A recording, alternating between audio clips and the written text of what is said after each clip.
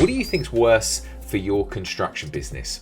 Is it losing money on that bad hire that you should have sacked months ago, or should you keep them around for years to come? If you've ever felt that knot in your stomach about letting someone go, then this video is exactly for you. And maybe you've got someone that you can think of right now where you're not sure what to do with them. And let's just be really honest about it.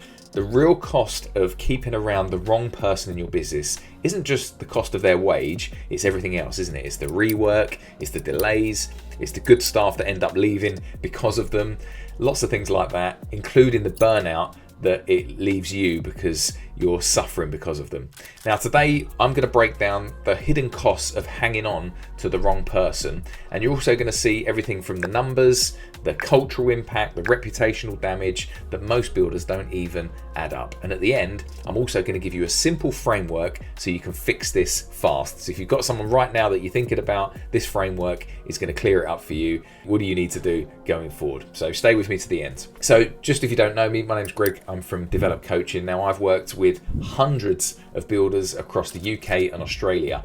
And one thing I've noticed is that one of the biggest reasons profits bleed away is because owners are actually a bit scared about making those tough staffing calls. Now you might think that getting rid of someone is going to be expensive, or it might be a bit risky. You know, are you going to be able to fill that position again? But keeping the wrong person is often a silent killer of both profit and of growth.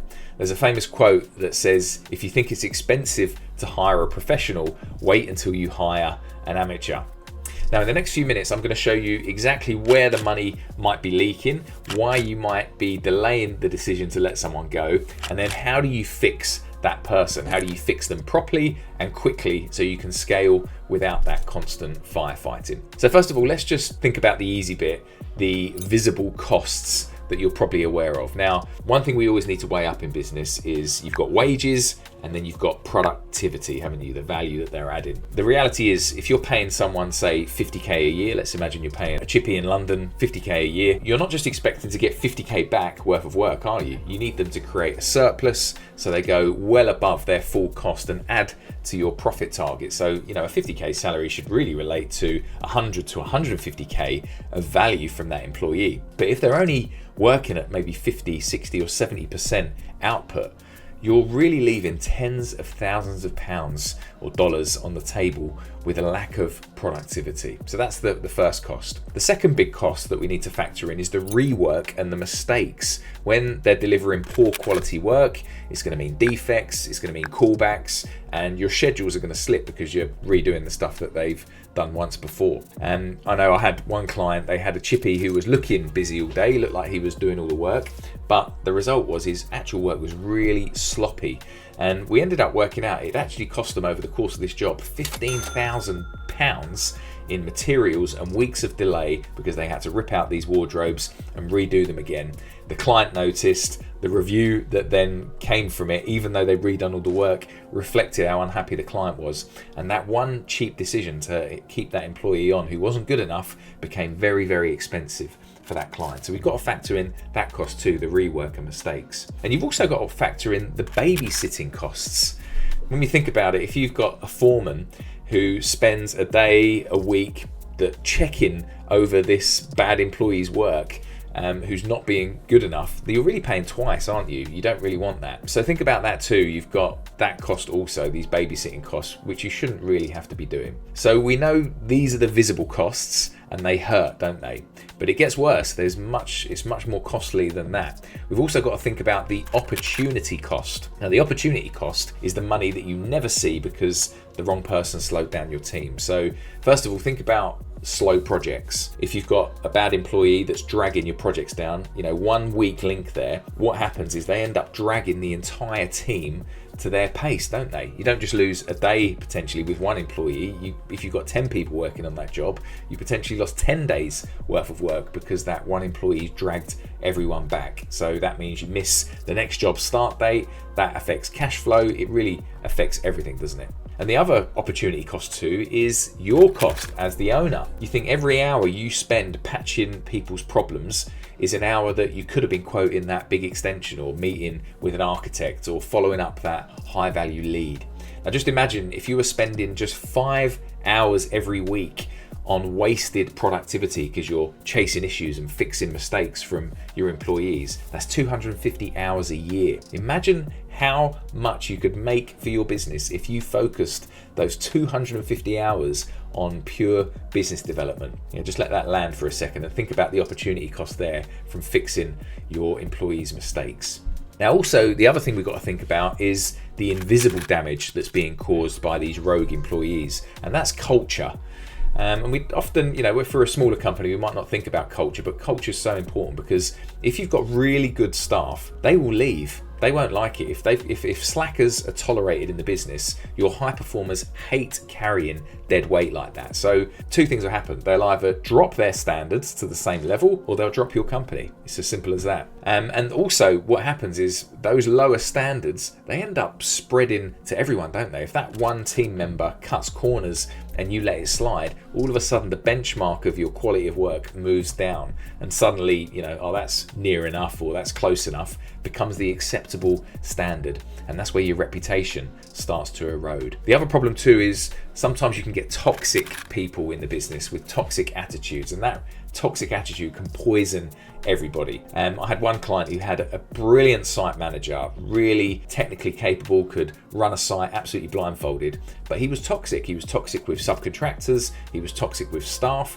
and it ended up that 2 excellent apprentices left within 6 months of him being there because they couldn't handle his toxic nature. So that client had to replace the apprentices, retrain the apprentices, and that left a massive productivity hole. That client estimated he'd lost 50k because of that one toxic site manager. So technical brilliance doesn't cancel the culture damage too. So you've got to weigh that up also. You've also got to think about the reputational damage, long-term hidden damage that can happen with these rogue employees. Now, we know that a reputation takes years and years to build, doesn't it? A good reputation, but it can take minutes to lose it. And the harsh part is, some clients, they'll never work with you because they've heard something negative or they've read that bad review, and often that bad review is triggered by a single employee's behavior. And just a 1-star review can really close the door on many future inquiries, so you don't even get a chance to quote and put it right. So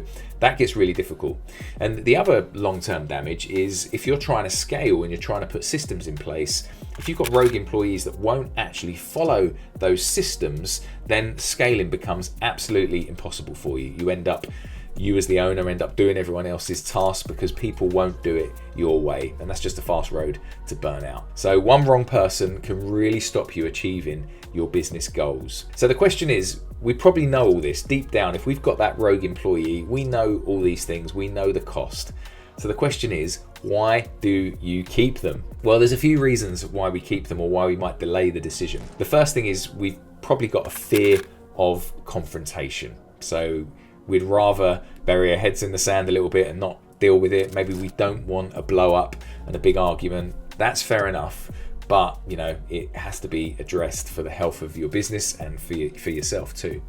The other reason some people don't get rid of staff quickly is because they feel it's probably cheaper to keep them than to go out and recruit all over again. So on paper, rehiring someone looks really expensive, doesn't it? So if you've got to put adverts out there, you might have to pay a recruitment agency, you've got to retrain this new person that comes on board. But the reality is, as we've already said, we've got to think about the tax you're already paying with all the things we just mentioned earlier in that video. You're paying that tax every day you keep that rogue employee around. And the third reason why people are slow to sack is loyalty.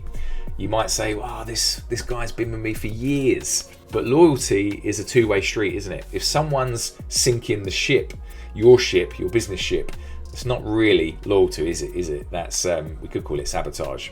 So the real litmus test for all of this is you've just got to ask yourself the question, if I had the chance to hire that employee again, if I had the chance to hire them today, knowing what you know now, would you do it? And if the answer to that is no, actually, I probably wouldn't, then your decision's already made, isn't it? You're just delaying the reality and you're delaying the paperwork. So just remember that what you tolerate, you teach to others. If you keep tolerating that underperformance, then what you're really saying is everyone that underperforms is okay in your eyes. So what's the solution to all of this? The framework that we want to fix this, because it's not just about sacking someone immediately. There is a way of fixing it, and we want to be fair, but we also want to act fast. So the first thing we want to do as part of this framework is we need to set clear standards for our staff. Every member of staff, we want to define their KPIs, their key performance indicators. We want to set benchmarks for every single role. That's your tradies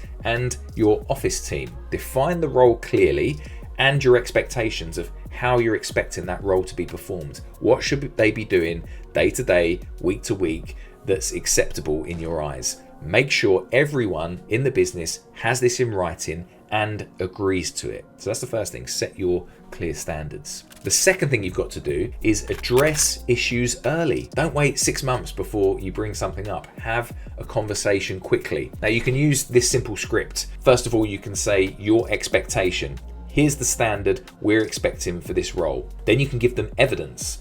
Here's 3 examples of where this wasn't met. Then you can talk about the impact. This has caused rework, it's caused a delay, it's caused a client issue, and then you can talk about next steps.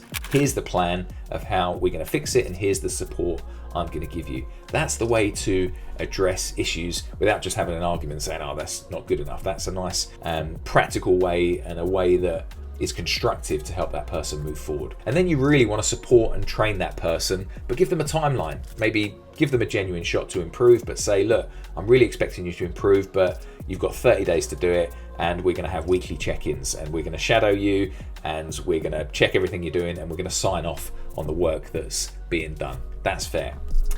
Once you've done all of that, you've got to then decide fast. If you're seeing no meaningful improvement by the review date, then you've got to protect the business. You've got to protect your clients, and you've got to protect the good people who are performing in your team. And the reality is, step number 5 of this framework, if they're not right, you've got to have the phrase hire slow, but fire fast. Now, just a quick legal note on this.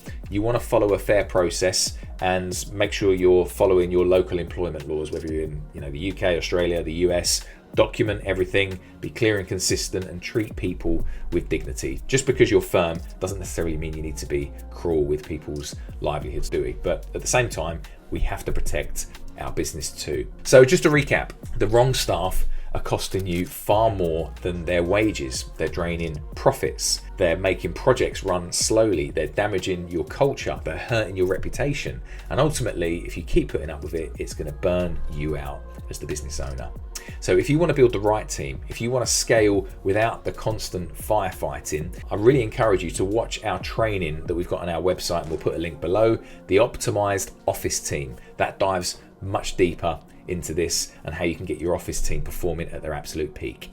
And if you want help applying this in your business, feel free to book in a 15-minute scale session. We'll map out your people, we'll map out your plan, and we'll map out your systems. See you in the next one.